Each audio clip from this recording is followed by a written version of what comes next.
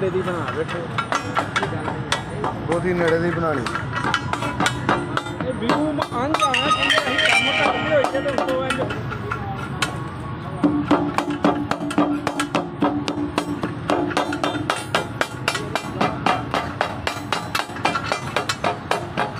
ਮੈਨੂੰ ਲੱਗਦਾ ਵਾ ਵੀ ਤਜਰਬਾ ਬਸ ਕਰੋ ਕਿ ਟਮਾਟਰ ਪਿਆਜ਼ ਹੀ ਬਣਾਉਂਦੇ ਰਹੇ। ਤੈਨੂੰ ਨਹੀਂ ਸਾਰੀਆਂ ਗੱਲਾਂ ਦਾ ਪਤਾ, ਬੋਲ ਨਾ ਹੱਥ ਚੁੱਪ।